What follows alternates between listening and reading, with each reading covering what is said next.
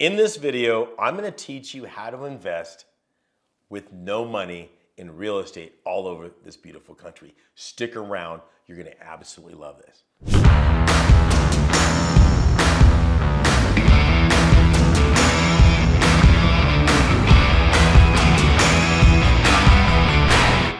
So let me explain something, okay?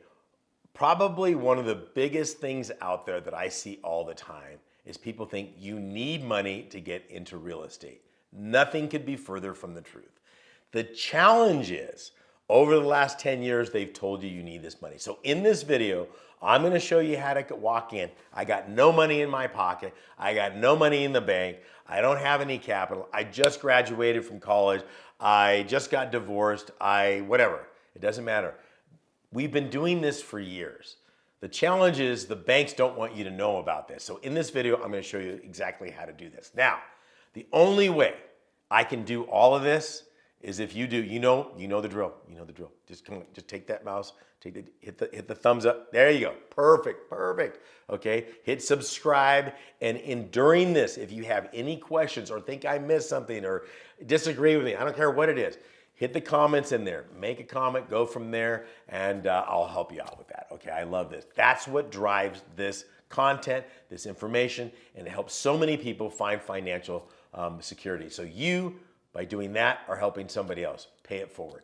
All right, let's talk about this. How do we get real estate with zero cash out of pocket? So let's go all the way back to the 80s. There are so many famous people out there. Robert Allen, Dave Delgado, so many people out there that had this whole no money down real estate, okay? In fact, I think it was the LA Times that challenged Robert Allen back in 1986. You can look it up, it doesn't matter, you'll get my point, where they said, we can drop you into any market. So they literally grabbed somebody from the unemployment line and showed them how to buy a property within one day with no cash out of their pocket. Now, you got to understand economics back then. It was right after, I don't think Reaganomics, or I can't remember what was going on. I had just gotten out of high school. That's when I started looking at real estate. I was like, can they really do this stuff? And so understand that was really the way you did things back then, because the way things happened, 30, 40, 50 years ago is you went to the owner and you said, hey, I want to buy this property. And sometimes you would get some mortgages on it, a lot of times. And sometimes the property owner would say, okay, how did you want to do this? Well, let me give you some money, or I can't have some money, or how do we do this? So it's the same things happening right now, okay? Because of the fact that the interest rates have gone out. And I mean, look at, lending has come, suck nothing. There's nothing. You hear that? Nothing. There's nobody borrowing any money right now. In 2023, less real estate transactions happened than any other time since, I think, 1969. So what's happening in this environment, I saw it happen. I was just like, this is where it's going to go. It's going to go back to the old school where people are getting creative. So there's all these government-backed loans out there, FHA loans, where the owner's going, okay, I can't sell this property. Nobody wants to come in and buy it at 8% because what they qualified before at 3%, they can no longer qualify at this. So there's these things out there called wraps and what have you. There's owner financing. So I can sit there and go up and say, look, I'll buy your house, okay? I'll do it. I'll make the payments directly to you on this property, and I'm gonna earn this through sweat equity. So in other words, this property needs some work, the fence is going down. I've been watching all these YouTube videos with this do-it-yourself stuff. I love those, by the way. Gosh, I wish I had those back in the 90s when I was doing stuff, because I had to figure it out on my own, okay? Tearing down walls and going, oh crap, what do I do when I get this? Now you watch the video, somebody's gonna teach you the right way to make that happen. I just watched a video recently on how to soundproof a room. And I was like, because I've always wanted to learn how to do that, because you get that, I don't know if you've ever been in a studio, you get this thud sound when you go in there, and I wanted to produce that. And the way they taught me how to do that, I went, oh, that's so simple. And I couldn't find anybody who knew how to do that. So you've got this YouTube thing going on. So I go into this property and I'll go, okay, I need to do a lot of work. So you've got to be willing to do some sweat equity. Okay, that means you're going to need to learn how to do this. That means you're going to need to hang out at Home Depot. You're going to be that person, that guy or that girl that knows where everything is in the store in there. Okay, so what you can do is this. You go down there, you can get an account at Home Depot. You can find some credit cards. Again, I've talked about 0% credit cards. I've talked about, the credit cards I'm not really worried about. Go to creditcards.com or Nerd Wallet. All of those have those in there. You find what's trending right now. I know this might go against Dave Ramsey. I'm sorry, but what I'm doing in this situation is I'm trying to get into this. This is the way I did it in the very beginning. Okay, I would go in there and I would find the right credit card for that particular deal that I'm going to rehab that. If I didn't need that, I don't need that, but we're talking about buying it with no cash in my pocket. So I negotiate with these people and I say, look, I'll make payments on this property of such, whatever that is. Maybe they're making a 3% loan on the property and you'll calculate it out where you'll pay them 4%. So you're really only, they're making profit on that. So they're okay, you're in the property. Now you want to take this property and do the things that you want to do with the property. That's where the Home Depot comes in. Okay? So then you go in there and you slowly start working it. I'm going to tell you this right now. You doing the work on the property is going to make you big money. This is how you have to do it in the beginning. Okay? If you're doing the work, again, it goes down to the sweat equity.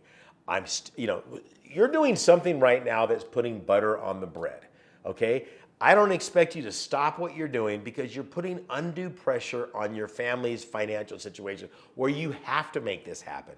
In this situation, maybe it's got a basement that's not finished. Maybe the kitchen needs to be redone. Maybe there's walls that you can tear down that you don't have to put back up. That saves you some money. There's all these things. You've got to get creative in this whole factor.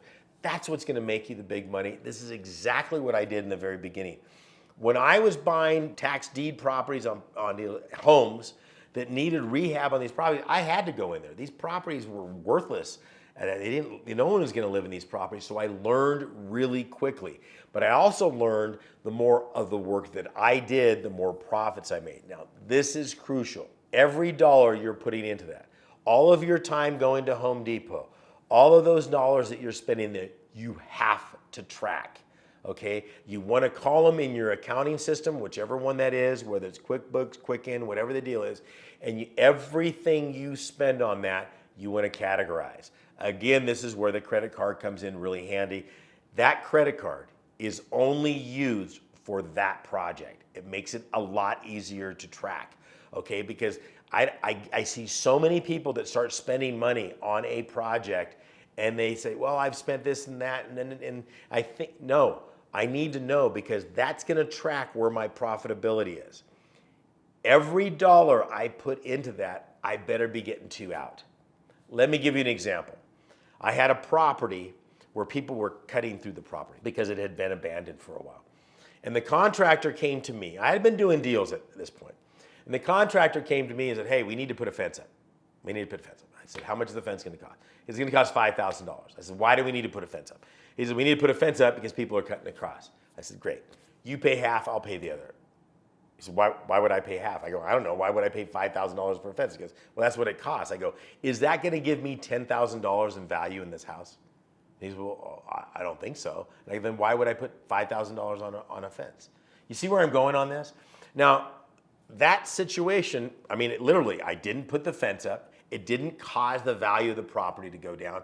So when you're looking at a property and you're going in there and you're doing your own sweat equity, just because it's your own sweat equity doesn't mean you're doing too much. Be careful. Don't put too much of your own work into the property. I don't care who did the work, you ain't gonna get it out. If that's a $300,000 property, ARV, after rehab value, you putting gold-plated faucets in there is just an ego move, okay? Put in there what needs to be put in there to sell it at a later date. Here's the great thing. If you're living in the property, okay, and you live there for 2 years out of a 5-year period of time, it eliminates any capital gains you have on that property. If you're married, that can go up to $250,000. So you're doing all this work, time, value of the property is just naturally going up. You're bringing the value up by doing the work into the property. You're living in the property. You guys are doing weekends. If you have kids, you're teaching them how to do the rehab. I mean, I can tell you when my parents were doing properties in there, I was taking the wheelbarrow. I had to go around picking up nails one time. My mom gave me a half a penny for every nail I picked up. I think that I probably could have reported her for slave labor, but we won't talk about that right now. But that was the deal. I had a job, okay? But the whole family got involved in it. And then so 2 years come, now the property, oh my gosh, it looks so beautiful. You go to sell that, and any profit you made in that situation, you have a zero tax consequence. An absolute phenomenal deal. I love that strategy. Again, there is a lot that we're talking about here.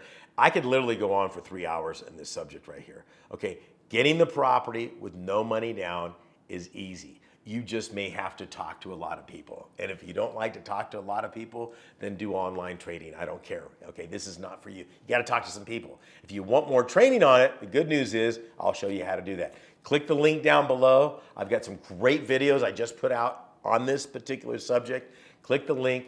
Do all the things you need to do. I got some free materials for you. God bless. Good luck. Thank you.